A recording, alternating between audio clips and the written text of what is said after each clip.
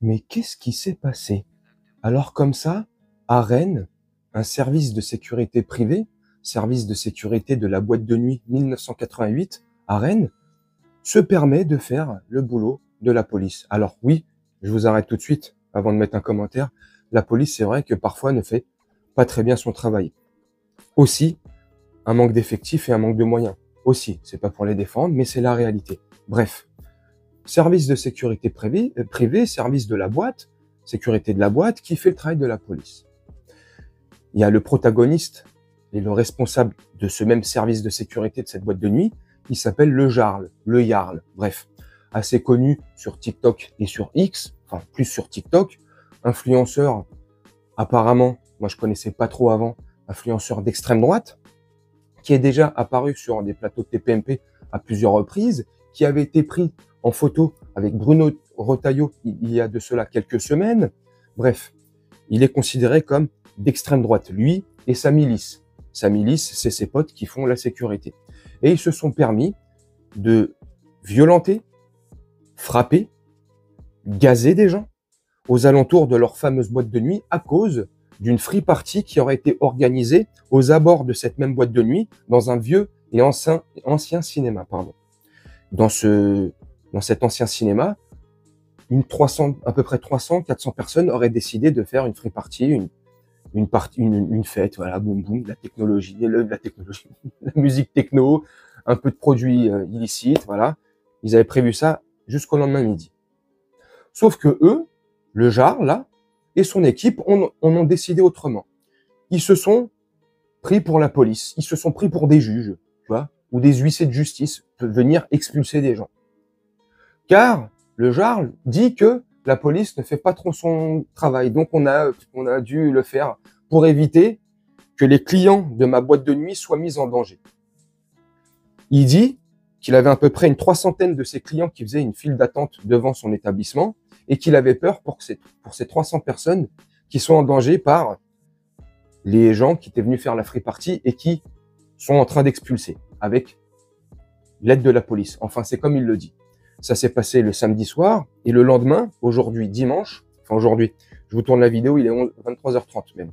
Bref, il a déjà ses accès le lendemain, donc dimanche, à Europe 1.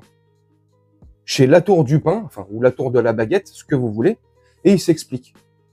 Extrait. Ils étaient très peu nombreux, c'est pas de leur faute. Il n'y a plus d'effectifs. À Rennes, il n'y a personne. Ils sont intervenus, il y avait quasiment autant de policiers que j'ai d'agents de sécurité dans la boîte de nuit. Ouais. Ils ont appelé tous les renforts qu'ils avaient. C'est-à-dire combien il y avait Une quinzaine. Une quinzaine de policiers pour gérer 300 à 400 personnes. Voilà, c'est le nombre d'agents qu'on a nous dans la boîte pour gérer nos 1000 clients, quoi, pour vous dire. Okay. Donc voilà, on a vite compris que ça allait être compliqué. On les a laissés gérer. Ils ont fait le choix de créer une évacuation en lançant de la lacrymo, vous savez, des espèces de bombes. Donc c'est la police qui a. C'est eux qui ont gazé pour faire évacuer les gens. Des fumées, en tout cas des fumigènes. Ouais, c'est des fumigènes, voilà. Ouais. J'avais prévenu en amont un des membres des forces de l'ordre en disant que s'ils jetaient leur lacrymo à l'endroit, sur l'arrière du bâtiment, ils allaient fuir par le devant, c'est-à-dire qu'il y avait des issues de secours de l'autre côté et que les 400 allaient se retrouver devant l'établissement en mettant donc en danger tous les clients de notre établissement parce que j'avais une file d'attente de 300 personnes qui attendaient pour entrer dans la boîte. Les canettes, 1, 2, 3, 4, 10, 50. Voilà, on s'est fait attaquer littéralement par ces gens. Il a fallu évidemment sortir. J'ai dit aux agents de sécurité, on n'a pas le choix, on doit évacuer tout le monde. Moi, j'en ai profité pour retourner voir la police pendant ce temps-là. Je le montre d'ailleurs en vidéo, je montre toutes les vidéos. Mais il y a eu des scènes de violence, oui ou non, le Jarl ? Il n'y a pas eu de scène de violence, mis à part quelques gens qui se sont fait. Non, il n'y a eu aucun coup donné. D'ailleurs, s'il y avait eu des coups de donné, les vidéos seraient déjà en ligne, je vous le dis. Il n'y a eu aucun coup de donné. En plus de ça, on avait affaire à, je vous le dis. Mais pourquoi ça prend une telle ampleur ? Mais parce que c'est une union pirate, c'est l'extrême gauche. Alors, comme je vous l'ai dit, dès le lendemain, il a accès à Europe 1 dans l'après-midi, venir faire sa propagande à lui, venir donner ses explications à lui et se faire limite passer pour la victime. Vous avez bien retenu, vous avez bien entendu, du moins, aucun coup n'a été donné, nous avons fait preuve d'aucune violence, sinon tout serait mis sur les réseaux. Bon bah ok, hein.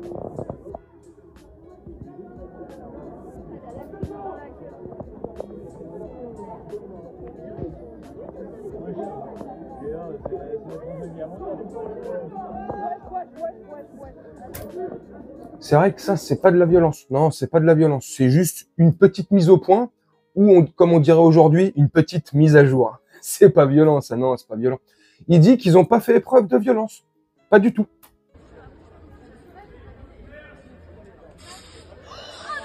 Bah, le Jarl, petite question, hein. Si ça, c'est pas de la violence, qu'est-ce que c'est? Apparemment, le groupe que vous avez aspergé n'avait pas l'air violent, véhément. Il n'avait pas l'air de vous avoir insulté. Je dis bien, il n'avait pas l'air. On n'a pas le début ni l'après.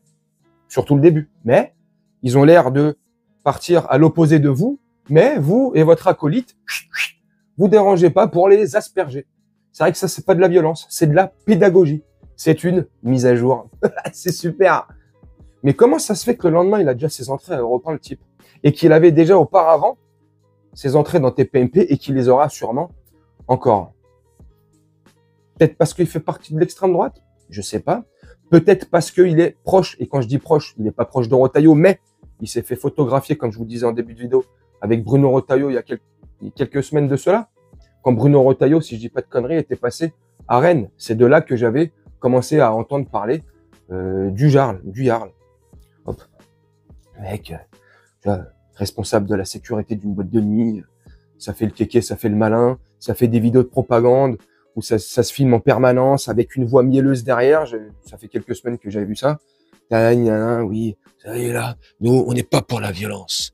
Mais quand il faut agir, nous agissons, car nous protégeons les civils. Mais le Jarl, si tu fais le concours de police et lance-toi dans la police, ah bah peut-être que tu as échoué finalement. C'est peut-être pour ça que tu es responsable de la sécurité, parce que la police, c'est peut-être un step trop pour toi, je sais pas. je sais pas. Enfin bref. Moi, j'ai un petit problème avec ça et c'est pour ça que je me permets de faire cette vidéo et de donner mon avis. C'est mon avis. C'est pas une leçon de morale, c'est pas, je suis pas au-dessus, hein. Je donne juste mon avis par rapport à ce qu'il a donné comme argument sur Europe 1 devant la tour de la baguette. Il a bien dit qu'il n'avait pas utilisé la violence. Bon bah là, juste 2 extraits, hein. Ça s'est passé hier soir, donc à mon avis, il y a d'autres vidéos qui vont peut-être sortir. Je sais pas. Maintenant, pourquoi il a voulu mettre fin à ça? Parce qu'il dit et il estime que la police ne fait pas son travail. Ok. Donc lui, il se substitue à la police. Pas de problème, vive la France. Après, vous me direz, les lois françaises partent en sucette totale. Ça, c'est vrai, mais c'est un autre sujet. Mais au fond, j'ai une vraie question. Vraiment, peut-être que je suis débile, mais j'ai une vraie question. Qu'est-ce que ça peut lui faire que ces 300, 400 personnes rentrent dans ce cinéma désinfecté ou abandonné? Une fois qu'ils sont dedans, ils ont mis leur musique à fond, ils mettent leurs trucs, ils font ce qu'ils font. Voilà. Et finalement, tant qu'ils sont pas dehors, autant qu'ils font pas chier les gens dehors, autant qu'ils font pas le bordel dehors, le bazar dehors. En quoi ça te dérange? Et lui va sortir l'argument, j'ai peur pour les gens de ma boîte de nuit ou les clients de ma boîte de nuit pour leur sécurité et tout. Mais ils sont venus faire une free party, et je veux pas les défendre, pas du tout. Mais ils sont venus faire une partie. Ils sont pas venus agresser ou je sais pas quoi. Et puis quand on voit les profils, et c'est pas pour faire un jugement au faciès comme ça, hein, comme on dit souvent, l'habit ne fait pas le moine, mais quand on voit les profils plus ou moins, c'est pas des profils de personnes qui sont venues faire de la violence gratuite ou j'en sais rien. Ça se voit que c'est des profils qui sont venus faire la fête. Et dans ces mêmes profils-là, dans ces 300, 400 personnes-là, tu avais une personne, si je dis pas de conneries et pour rester factuel, une personne qui était stagiaire de Manon Aubry chez LFI, pour remettre les choses dans le contexte. Donc, c'est pour ça qu'il se dit un groupe d'extrême gauche, nanani, nanana.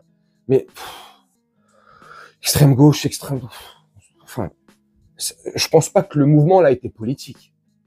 C'est là, je sais pas pourquoi ils se sont pris à ce cinéma, parce qu'il doit être abandonné, désaffecté, j'en sais rien. Ils ont choisi ce lieu-là. À mon avis, ils n'ont pas choisi ce lieu-là, pour faire chier le 1988, cette fameuse boîte de nuit, pour faire chier le Jarl, parce que, éventuellement, il a une connaissance, il a un contact avec Retailleau ou avec Cyril Hanouna. Enfin, je pense pas que ça a été jusque-là, le calcul. Je pense pas qu'il y ait eu de calcul au-delà que de se dire, on va choisir et cibler cet établissement-là, enfin, cet ancien établissement désaffecté, un ancien cinéma, on va faire la fête, patati patata. Bref, ça prend une tournure, laissez tomber. De toute façon, en France, ça part en sucette totale. Hein. Tout est assujetti pour se mettre dessus. Le moindre truc, ça met de l'huile sur le feu. Regardez, il n'aurait pas joué à la police, ça se trouve, il n'y aurait pas eu cet événement-là, et ça fait pas tout ce pataquès sur les réseaux. Et j'en fais certainement pas cette vidéo. Enfin, c'est sûr même. Moi, je pense que c'est lui Et ces acolytes, en voulant jouer les Superman des bacs à sable, en voulant jouer les policiers qu'ils ne sont pas, que c'est parti en sucette totale. Parce que je vous montre pas tout. J'ai peur de me faire sauter la vidéo, mais je vous invite à aller sur les réseaux, notamment sur X. Moi, c'est là que j'ai vu toutes les vidéos. Il y a beaucoup de vidéos où ils sont encore plus, comme celle-ci que je vous ai montré, les 2 extraits, où ils sont vraiment violents, où ils rentrent dans le cinéma, ils balancent du gaz lacrymogène. Mais sur le plateau d'Europe 1, il se permet de dire que c'est la police qui a jeté, mais on leur avait dit que, mais bon, en gros, hein, vu qu'ils sont incompétents, nous, vas-y, bref, on les laisse faire, hein, ils font ce qu'ils veulent, hein, machin, mais en gros, il veut dire que c'est des gros connards, ils savent pas faire leur boulot et que eux, ils auraient mieux fait. Ah bah oui, on voit ça. Hein. Surtout quand tu gazes des passants qui ont rien demandé, et si je dis pas de conneries, dans le groupe de passants qu'ils ont gazé avec son acolyte, là, la moitié, c'est des femmes, c'est des jeunes femmes. Enfin, je sais pas. Le mec que vous cognez la tête 3-4 fois au sol, là, ça y est, vous êtes 2 sur lui, il a les mains dans le dos, c'est plus un danger. Pas besoin de lui cogner la tête et le front au sol. Mais bon, c'est pas de la violence, hein. Comme je vous ai dit, c'est de la pédagogie, c'est une mise à jour. Bref, dites-moi ce que vous en pensez en commentaire, mais je vais vous laisser là-dessus, faire un petit montage tranquillement, et nous on se retrouve bientôt pour une prochaine vidéo. Je vous souhaite une très bonne journée, une très bonne soirée, ou une très bonne nuit. Ciao.